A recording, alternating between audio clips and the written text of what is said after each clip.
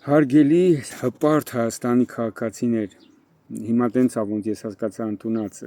դիմել իրար հայերին, ես ապրելով այս իրավիճակը ժամանակները լինելով Ռուսաստանի քաղաքացի, բայց հայ ազգության, որը ծնվել է Երևանում, Հայաստանում, Սովետական Միությունում ու իմ համար բոլոր ազգերը, Ռուսաստանը, բոլոր Սովետական Միության ազգերը, ընդհանրապես քանի որ ես արդեն ասել եմ, հավատացել մարդ եմ, բոլոր մարդիկ իմ համար նշանակություն ունեն։ Ես չեմ կարող անտարբեր անցնեմ այն բաների կողմից, որը տենում եմ, որ իմ համար զգայուն են, որ իմ համար մեկ չեն։ Ես կուզեի վրաց ձեր հետ կիսվեի մի հատ հետաքրքիր պատմությանով, որը տեղի ունեց իմ կյանքում։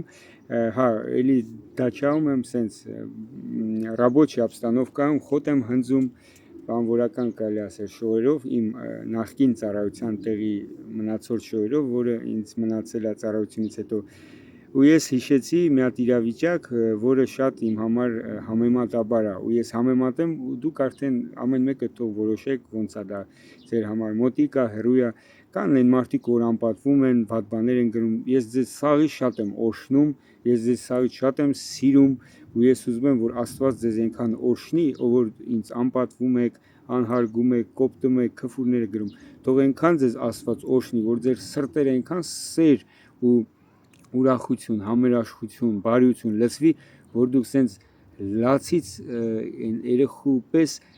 չկշտանաք, այնքան ուրախանաք ու այդ քարը, այդ կոպտությունը, այդ գեշությունը, որը ձեզ ստիպում է անպատվել, այդ վատ բաները գրել ասել, անցնի ձեր մեջից։ Պատճառը մի հատ է, որ հարազատս, սիրելիս, կոպտի ինձ, ինչքան ուզում ես, քրֆի, անհարգի, կետա, քրիստոնյայի կյանքը էդ է, որ քեզ պետք է կոպտեն, դու պետք է սիրես, դու պետք է օրհնես, դրա համար ես քեզ օրհնում եմ։ Հիմա գնանք առաջ, հարգելի սիրելի լսող ու նայող, իմ ծառայության ժամանակ մի հատ հետաքրքիր իրավիճակ էր, որ ինձ հիշեցնում է այսօրվա իրավիճակը Հայաստանի ու Ռուսաստանի մեջ տեղի ունեցող։ Ես ծառայում էի ջահել օֆիցեր, մլադշի օֆիցեր, ինձ կանչեցին ղեկավարության մոտ, ես հայ, իմ խաշատով հպարտ ղեկավարության հետ վստահ խոսում էի, իմ կարծիքը ամենտեղ հայտնում էի, միշտ առաջարկություններ էի անում, միշտ փոփոխություններ էի ուզում, դեպի լավը, դաժե հեղափոխություն կոչանողներին կողմնակից էի լինելով պագոններով ծառայող։ Ինձ հրավիրեցին ղեկավարության մի հատ օֆիցեր, որը պատասխանատու է տենց իրավիճակների համար, ու իմ հետ լուրջ զրույց անցկացրեց, ասեց երիտասարդ, քեզ փչացնում քո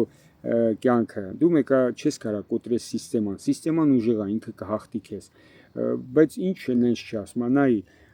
դու ծառայում ես, ում են ստեղ անհարգում, ում են անպատվում, ում են ստեղ կոպտում, ծեծում, հենց ինչ որ քարկոծում, հանցագործություններ անում,